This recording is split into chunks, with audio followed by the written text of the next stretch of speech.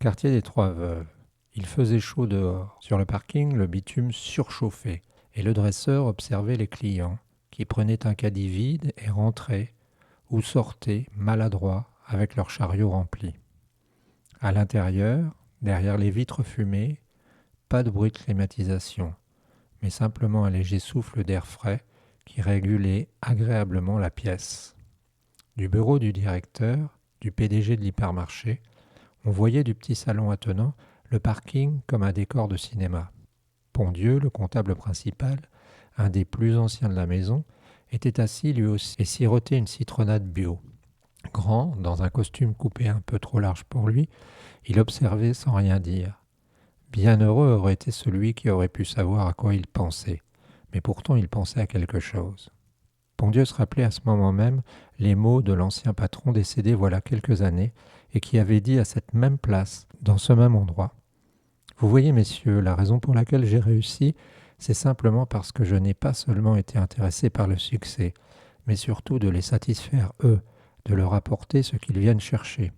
Et c'est la raison pour laquelle, au lieu que les vitres donnent sur une scène de campagne ou un jardin intérieur propre que j'aurais pu faire aménager, j'ai choisi de pouvoir les voir, de sentir l'atmosphère du magasin. Vous pensez à quoi lui demanda le dresseur. Un ange passa, puis la réponse arriva vague. Je pense à l'ancien temps, quand on a commencé tous les deux. Vous vous souvenez, on était si jeunes. Oui, ça c'est bien vrai. Vous et moi, on était si jeunes. Et je me disais, vous vous disiez, je pensais que depuis tout ce temps et la loyauté que vous avez montrée envers le magasin, tout ce que nous avons traversé ensemble, on aurait pu se tutoyer. Je ne sais pas, plus de 30 ans, ça fait des habitudes, et puis fondamentalement, c'est vous le patron.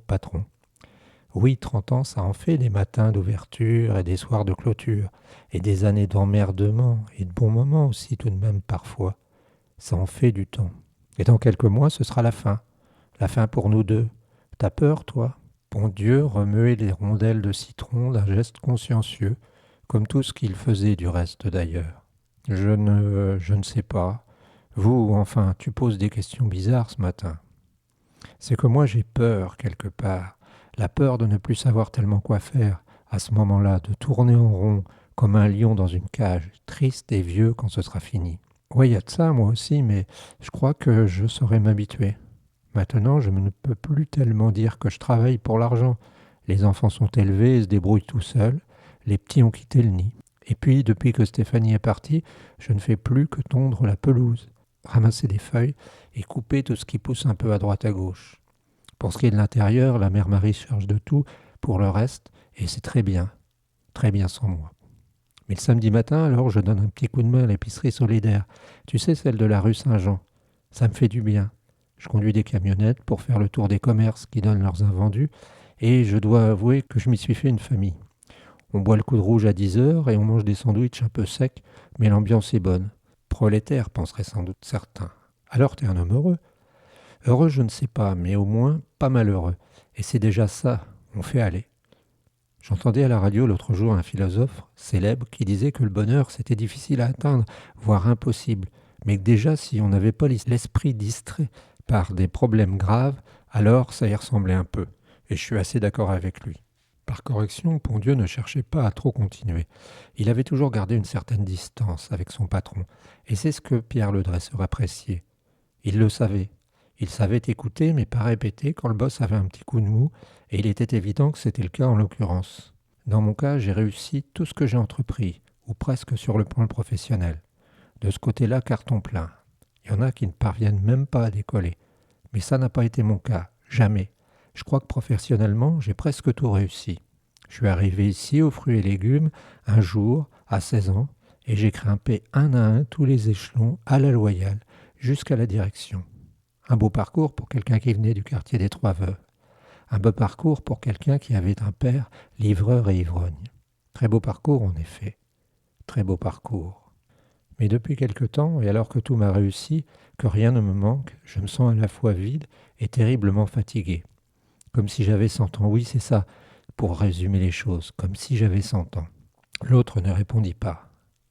Et ce matin, pendant la réunion, quand Petit Vouloyer est venu réparer le projecteur vidéo, cette saloperie qui nous a toujours emmerdés depuis 2 ans et que tu vas me foutre à la benne, la remplacer. Eh bien, en le voyant, je me suis dit que c'était tout de même formidable d'être jeune. Être jeune et aller se baigner tout nu dans la Sorgue, c'est ça que tu veux dire? C'est-à-dire? C'est-à-dire, mais je devrais peut-être pas le dire. Dis, qu'est-ce qu'on risque à nos âges? Il y a prescription. C'est-à-dire que la mère Mouchel du Poisson fait circuler la rumeur que lui et la petite Lanvin se baigneraient tous les deux dans les boucles de la rivière. Ah, la mère Mouchel, ça lui va bien de baver sur les autres. Ça, pour ça, rien à dire. Comme marchande dans son rayon, elle est extra sérieuse et vendeuse. La meilleure, même meilleure que les petites jeunes. Mais comme personne, elle a plaie, la mère Mouchel. D'ailleurs, elle a dû être embauchée au temps des dinosaures parce qu'elle était même là avant nous. L'autre se mit à rire. Et tu l'imagines, toi, la mère Michel, à poil dans les prés le long de la rivière? Quelle commère! Et puis après tout, le jeune loyer, s'il veut s'envoyer en l'air avec la petite, il a bien raison. Ils sont jeunes, ils sont magnifiques tous les deux. Alors, à qui font-ils du tort, sauf aux jaloux? La vie, c'est comme un gros volant, tu vois, qui tourne et qui ne revient jamais au même endroit. Tu la loupes, tu loupes ta jeunesse, et c'est fini.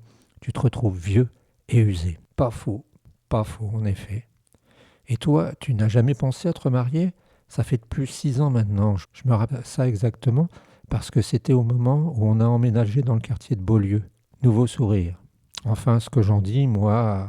Ils continuèrent quelques instants à deviser, puis reprirent leur travail respectif dans leurs bureaux respectifs. Celui de Pondieu continue à celui du patron. Ce soir-là, le dresseur ne se sentait pas l'âme de rester très longtemps, et quitta les lieux vers 18h15. Il descendit au parking souterrain, appuya sur la radiocommande, et la Maybach, qui faisait un petit bruit mi-klaxon, mi-chanson de plaisir, se mit à lui répondre. Généralement, le PDG ne prenait pas cette auto d'habitude, car il savait qu'il n'était pas bon de montrer sa réussite de manière trop éclatante. Comme un ophtalmo ne va jamais au travail en Rolls, même si c'est sa passion et qu'il en possède plusieurs dans son garage. Mais le temps était passé et l'eau avait coulé sous les ponts. Il s'en allait dans 4 mois, alors, après lui le déluge. L'hypermarché était situé dans une zone dépressionnaire, une ancienne boucle fermée de la Sorgue, justement, et il pouvait le voir à 3 kilomètres à vol d'oiseau de son perchoir sur les versants de la colline qui dominait la ville. Et plus on avançait vers son quartier, plus les demeures devenaient luxueuses. On était là sur des lots qui valaient plusieurs millions d'euros, et la sienne était de loin la plus chère. Un ancien château art déco des années 20 au style inclassable, en plein milieu d'un parc de 10 hectares entièrement fermé et arboré. Le portail s'ouvrit, silencieux, énorme, et la Mercedes roula sur l'allée de gravier. Cela faisait le bruit du luxe, de l'argent, du pouvoir, mais plus aucun effet à Pierre. L'habitude sans doute. Comme les premiers costumes ou les premières montres de luxe. À vrai dire, la maison était vide en l'occurrence, seulement occupée par 2 gardiens qui habitaient une petite dépendance et observaient les écrans des 24 heures caméras de surveillance. Non pas que les lieux aient été dangereux, mais Elisabeth se sentait rassurée de cette mesure. Alors le dresseur avait cédé et puis, comme personne d'autre dans la ville n'avait 2 gardiens à temps complet H24, ça achevait de vous placer dans les très hautes sphères de la ville. Cette propriété, comme les autres qu'ils possédaient, leur coûtait littéralement une fortune. Mais quand on était riche, à quoi bon vivre si ce n'était pas pour dépenser son argent à un moment? Tout le monde était parti à la noce d'un ami des enfants, et ce soir-là, le directeur général se retrouvait seul, sans savoir véritablement si cette solitude lui donnait du plaisir ou de la peine. Elisabeth et lui, c'était typiquement un mariage de raison, une sorte d'attelage improbable, mais qui avait eu lieu. Ça s'était passé curieusement alors que Pierre ne s'y attendait pas, quand il était le jeune, brillant, homme de confiance du père de l'héritière unique, et que celui-ci lui avait dit entre la poire et le fromage dans un déjeuner de travail dans son bureau, « Vous savez, Pierre, vous feriez un gendre épatant pour moi. Vous devriez y penser un jour. » Et cette fois, Pierre avait été déstabilisé. D'autant plus déstabilisé qu'on ne mélangeait pas les torchons et les serviettes. Les Maillards, ces notables de toujours, et les Ledresseurs, ces gueux qui habitaient les 3 veuves. Et puis Pierre avait réfléchi. Le patron ne parlait jamais pour ne rien dire. Et à vrai dire, ce qu'il avait dit relevait de la plus élémentaire logique. Comment avait-il pu ne pas y penser plus tôt?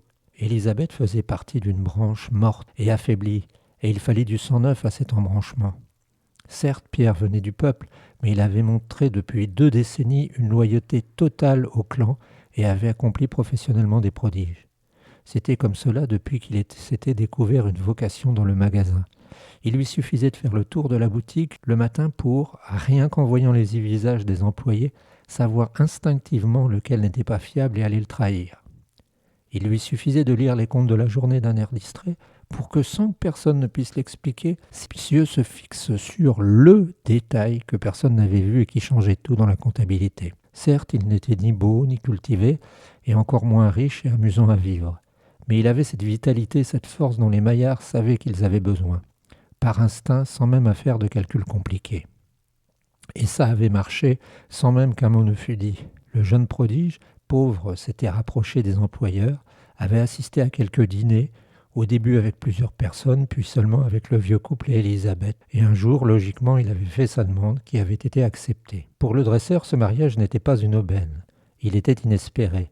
Lui qui s'apprêtait à aller voir ailleurs pour diriger un établissement identique dans le Var, si le vieux ne l'avait pas hameçonné. Et puis, il y avait eu le mariage, une nuit de noces où les deux jeunes gens avaient fait tout ce que les jeunes mariés font la nuit de noces, puis les enfants et tout le reste. Curieusement, pas une fois le dresseur ne s'était demandé si sa jeune femme l'aimait. Cela ne lui importait pas. Le dresseur était un animal à sang-froid qui ne se réchauffait même pas au soleil pour faire monter la température interne. Mais c'était avec ses enfants que la distance entre eux était née et avait grandi. Pourquoi ? Simplement parce qu'il s'était rendu compte que le clan avait fait des enfants, de ses enfants à lui, de simples parasites dressés seulement à consommer, mais jamais à produire. Et le reste ne lui avait pas donné tort. Comme la famille possédait 3 hypers, comme on disait dans la famille pour les désigner, il y avait été convenu d'en céder 2 aux 2 enfants. Mais cette perspective était totalement absurde dans la mesure où Pierre savait d'avance que c'était la ruine assurée dans les 5 ans pour les 2. Le père et aussi le chef d'entreprise auraient pu en être malades, tous les 2, mais ça n'avait pas été le cas, simplement parce que le dresseur et sa femme en possédaient assez pour au moins 10 vies. Alors, si les enfants voulaient jouer à leur chance et finir sur la paille en un temps record, c'était leur affaire. Quant à Élisabeth, c'était bien simple, il ne pouvait plus la supporter depuis quelque temps, à force de l'avoir dépensé des sommes énormes sans jamais rien rendre en échange. Mais ce qu'il insupportait, c'était quand elle se plaignait du petit personnel, de ses employés, elle qui n'avait jamais rien gagné, même un centime de sa vie, et se permettait de critiquer les autres, ceux qui avaient besoin de travailler pour manger. Pierre était arrivé le long de la piscine et avait fait quelques brasses. Il écoutait un merle chanteur dans le parc peuplé de pins parasols magnifiques. L'endroit avait plusieurs fois servi à des films d'auteur et de publicités de luxe tellement il était majestueux. À cette heure, peut-être le petit Loyer et sa petite amie faisaient-ils des galipettes dans l'eau dont ils connaissaient l'odeur pour avoir appris à nager là-bas au même endroit, là où ils étaient. Comme il aurait été heureux d'avoir été à leur place pour recommencer.